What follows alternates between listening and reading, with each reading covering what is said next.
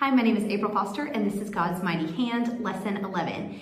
All right, so we'll start class like normal with a word of prayer, then go into Bible facts and memory work, which we'll have plenty of time for this week, straight into our lesson, which is kind of abbreviated, and then lots of time for activities at the end.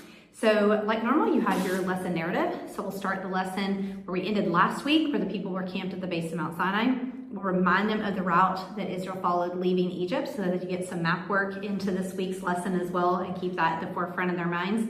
And then we'll go straight into the Bible text in Exodus 20. And even with the younger kids, I like to work straight out of the Bible on this lesson.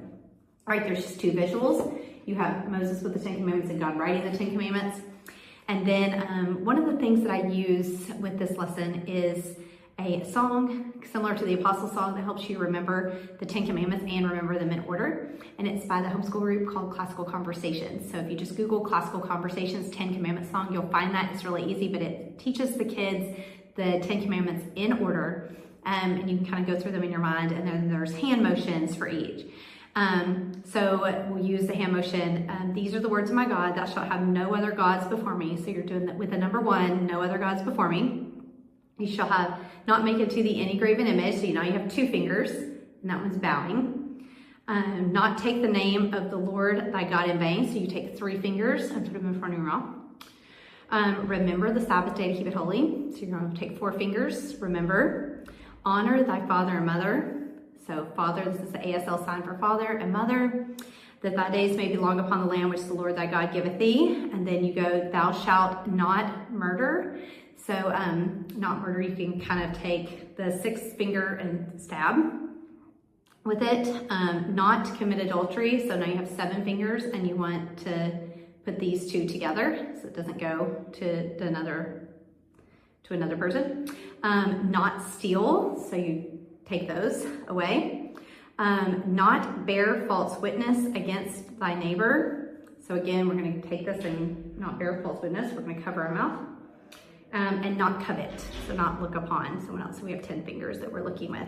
All right, so those are the hand motions that go with the song that just kind of help you remember the order that they come in. Now, as for the activities are, the first one is these tiles. So you have Moses, which I'll lay on the table, along with numbers 1 through 10. They're on the tiles, so you have all the numbers here, and I'll lay them down 1 through 10.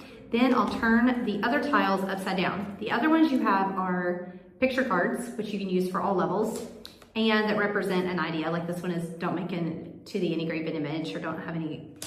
And you also have the same thing written out. So do not commit adultery.